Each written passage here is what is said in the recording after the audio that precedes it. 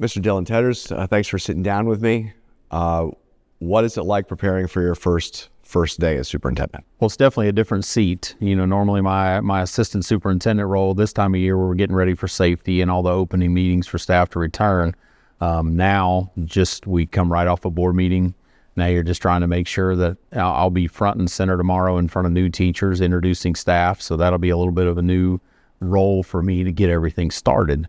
So there's going to be a whole year of news, being in a new seat, a new role. Now the buck stops with me. I can't go to Mr. Kenworthy and say, hey, what do I do here? The buck stops with me at the top. So I'm looking forward to that change. And then all the staff we have in place, all the new changes. We've had like 13 administrative changes in the district on top of this. So we're all looking at the buck stops with us in whatever department we're in. So just dealing with those new changes over the course of the year and getting the year started, we're looking forward to it. But you did grow up here. You've been at Mr. Kenworthy's side for a long time. There are new things, but at the same time, you know what it takes to have this job. We do. And the bell's going to ring on day one, whether I am prepared or not. So what those systems look like. I mean, this is my 29th year in this district. So the systems are similar. Now, there's tweaks to that system all over the place, and there's changes we have to implement.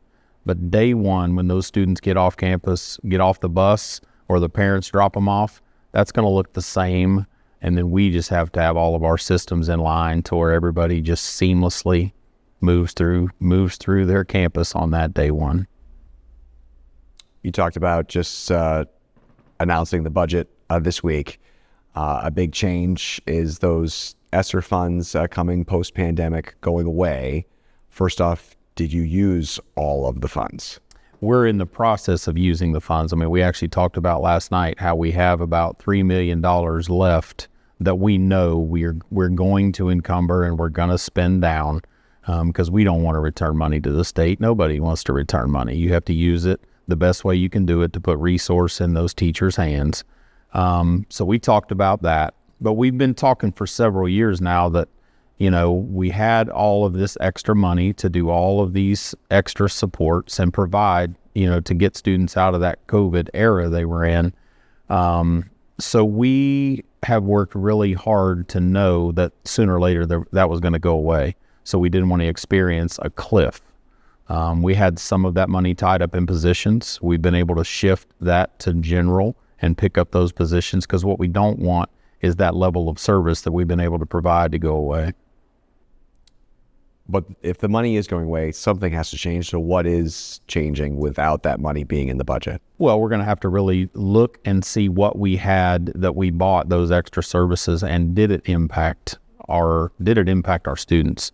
We still have a little bit of money we're trying to spend. So this year, right at the beginning, we're going to be able to provide some of those resources like additional textbooks or gap materials that we had in the past. And since we didn't have so much money tied up in salaries, we're not eliminating positions. Again, we were able to absorb that into the general because when you're talking about exceptional student education or mental health, you can't have those services in place for 3 or 4 years with this federal money. And then all of a sudden, because it's gone, you just think those problems are going to go away. Students with exceptional education are still going to need those supports. Students' mental health problems, issues are not going to go away. So those supports are going to have to stay in place. How would you describe where the literacy rate is in Okeechobee County? It's obviously not where we want it to be. I mean, we're a C district. And I was telling some community partners the other day that we're a C district and that doesn't meet our expectations.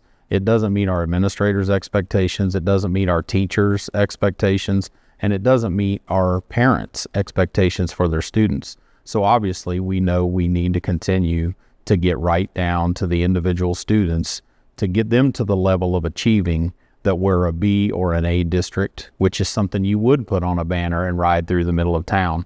But a C is not that. I mean, a C says we're still moving students forward. We have no D's or F schools, so we are proud of that. But we don't want to just be average. We want to be above average. So where does that start to getting Okeechobee County to a B or an A district? Well, it starts even with our VPK program, making sure those students are getting what they need to be able to progress to kindergarten. Starts with early literacy, making sure those students are ready to pass that third grade assessment that could potentially have them fall into retention. And we don't want students to be retained. We know if you retain a student, that's going to impact your graduation rate. So all of those pieces work together. I mean, your grad rate starts in kindergarten, and if not before that. So we just have to know that. We have to put our pieces in place at those early levels to make sure those students can, A, get over that hurdle in third grade, and then they progress through the middle school, where they're working on character and how to socially be responsible and interact with other people. And that takes them to our high school, where we can provide them those enrichment and acceleration opportunities through our CTE programs.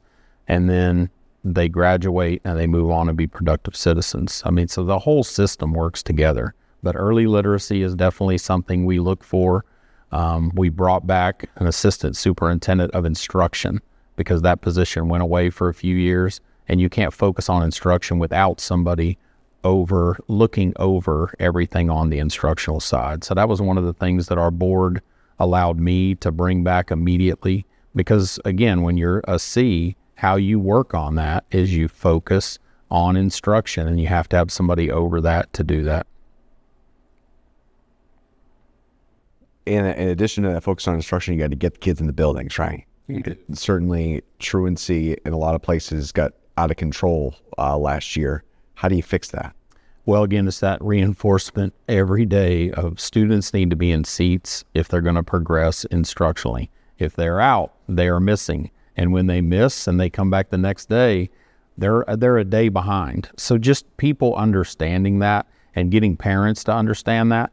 The teeth in the truancy system. I mean, there are more teeth at the elementary level than there tends to be at the middle school level, especially. Now, when a student gets to high school, if they're truant at high school, that's going to impact their driver's license. So there's a little bit more teeth even at that high school level than there would be in that middle school era, where we need them in school. It's even more important there because, again, you're working on that social development and interacting with people. So the middle school years are tough for us to keep that teeth, and you do actually have to come to school every day if you want to achieve. Where's Okeechobee County when it comes to iReady, and what do you see as the positives from it? We were an iReady district many years. 2 years ago, we went to Renaissance, the new testing starting out with Renaissance. We went to them, but we're going back to iReady. We're going to slowly progress back to iReady at the elementaries this year. And then next year we'll be back to an iReady district. Our school admin thought that they were, it was just one of those things that, we get tired. We're not sure what we really have. We want to try something new. And then as soon as we try something new, we realize what we had was giving us better results, better data, better feedback to know how to move students forward. So we're definitely going back to iReady. So what you like about iReady is the information that you're getting from and the support. Do you feel like it works to improve kids' literacy and math skills? We're going to find out. We're going to find out with that support. I mean, that is a goal, to pair that report and those reports you get from that to get down to that individual student level. How are you right now with teacher openings? We have 20, I reported last night at the board, we have 20 classroom openings right now. We have teachers that have applied for jobs, so we're just vetting them and trying to see where the best fit would be. We plan to start the year, with a certified teacher in every single room. So if that doesn't happen, then we'll have a long-term sub in the room working with a certified teacher. But there will not be a classroom in this district that doesn't have a teacher standing in front of it, in front of students on day one. I see a report that sort of shows, certainly in the media, we talk a lot about teacher shortages. And some of what I've seen nationally is that overall the teacher shortages are maybe not as much as we all make of it. unless we talk specifically about special education and STEM positions, do you feel like that's the hardest place to hire right now? Well, when you talk about teacher shortages, again, it's not a problem of putting a body in a room. It's putting an experienced teacher in that subject area in the room. So that is the challenge, and that's the shortage, is making sure that in every single classroom you have that certified teacher in that subject. You might have a lot of out-of-field teachers. You might have a lot of second career teachers that are now just started. This might be their second or third year teaching. They're starting to get that art of what it truly is to be a teacher. Because when somebody first starts out, teaching might be transactional. I give you the information, you give it back to me. But when somebody starts to develop as a teacher and they get that professional development and they start to understand a little bit more about the art of teaching, then it's less transactional, and they're able to build those relationships for students to where they can look at a student and know just by the expression on their face whether the student's getting what they're saying. So that develops, in that year 2 and 3, really, as a teacher, that art of teaching. So that is where the shortage is in the people that just have that art. It's just natural. They're able to build those relationships with students to where when they are giving them information and getting it back, they're really trying to understand how well that student is comprehending what they're doing. And, if I impart something to you, I'm going to expect sooner or later that you would be able to teach it to the person next to you. That's when you truly know a student is learning at the level that we need them to learn, is when they can turn around and help another student or explain it at that same level that they received it. So then I guess what my question should be is, how are you doing with teacher retention and teacher training? How are you getting the teachers that experience that they need? We have a new teacher program, and we have mentors that we put them with. We actually have an apprentice program too, where we're training paraprofessionals that want to go into education. They can actually get their bachelor's degree while they're in the classroom teaching. But all of that depends on, at the school level, do we have them working with those teachers that now it's art?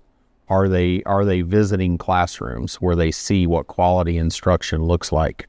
Do we have those systems in place to truly develop that transactional teacher into that artistic teacher? And that's what we're working on, is all those systems in place to be able to ensure that's happening. So whenever you retain a teacher and they're in their second and third year, it's becoming more natural.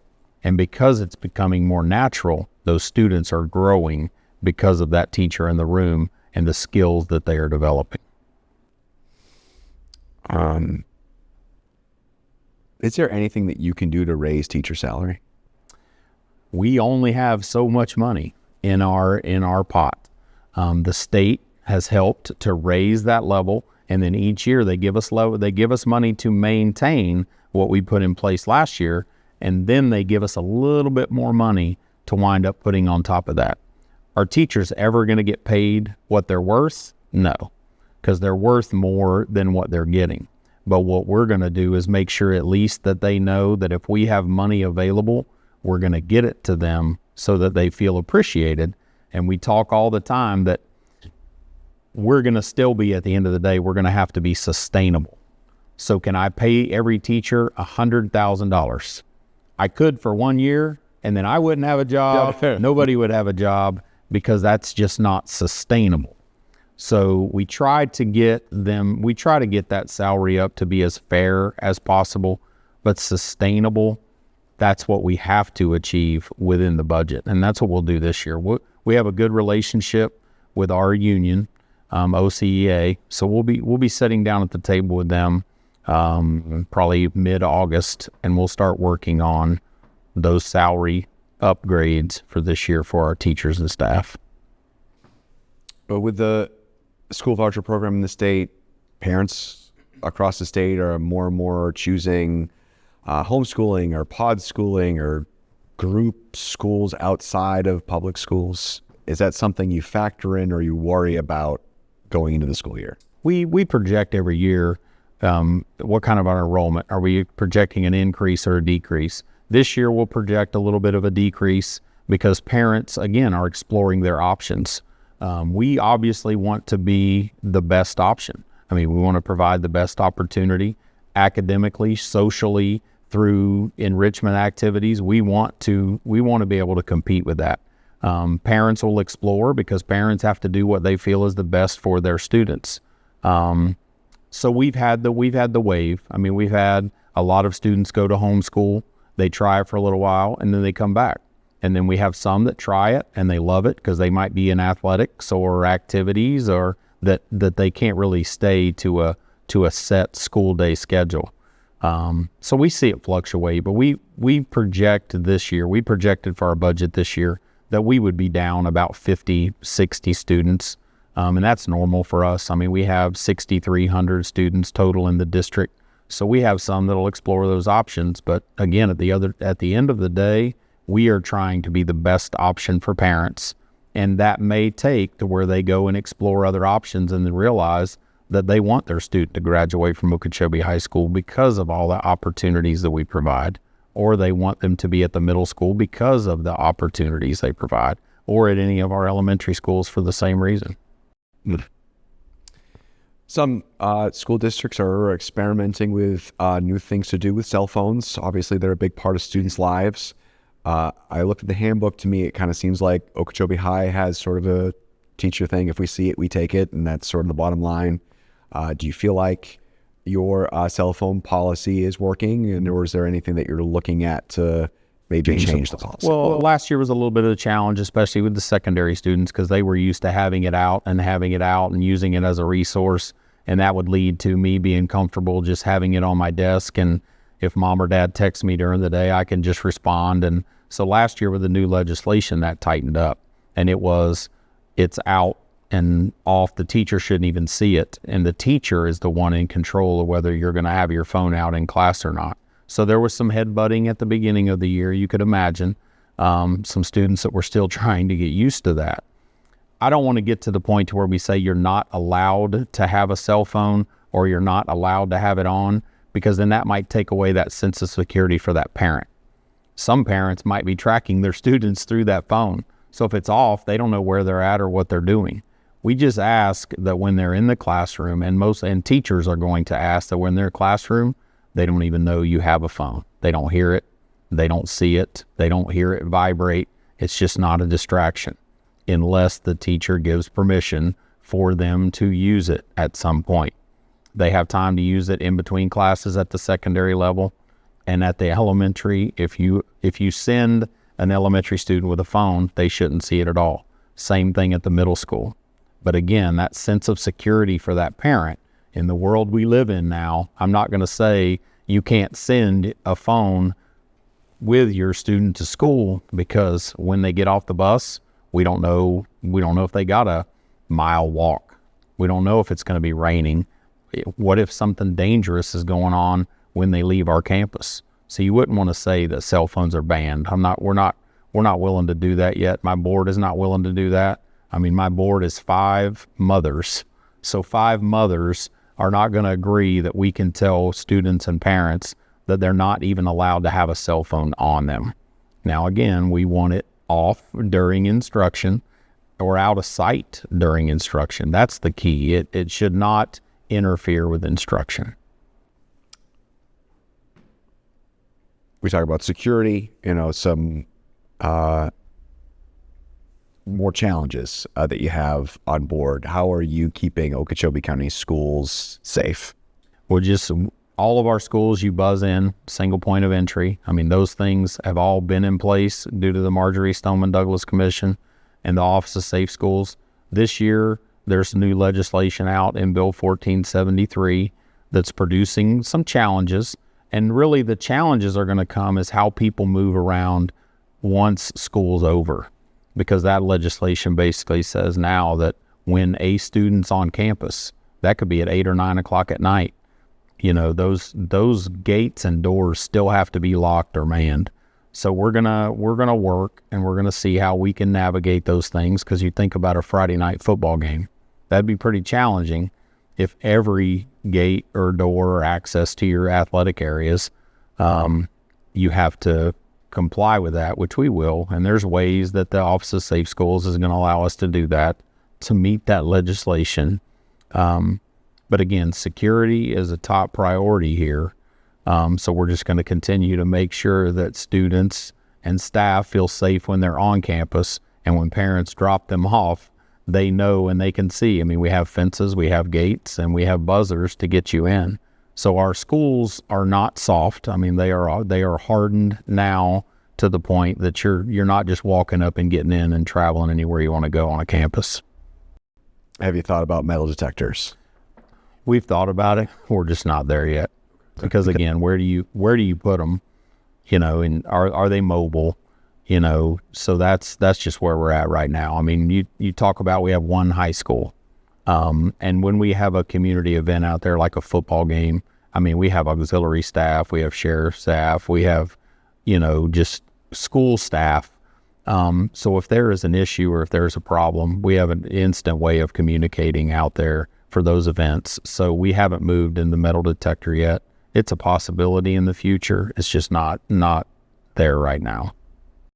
And have you looked into putting cameras on your stop signs on school buses? We are looking into that because we do have instances where cars, trucks, they will try to pass our buses, and that's just not a safe situation for our students. So we're working with the Sheriff's Department and several vendors to try to narrow that down. So we will have bus cameras on those arms to be able to stop those cars from just passing around with those arms. I mean, those arms mean we're trying to protect our students as they cross the road and get on that bus. So we expect, you know, you would expect human decency that when you see that arm, you know, I'm not going to be in a hurry. I'm going to pause for those students because that's somebody's son or daughter. So it's sad that we have to reinforce it with a camera, but we're going to go down that road to make sure and ensure that our students are safe. Yeah. All right, Mr. Stairs, have a great first day. I appreciate it.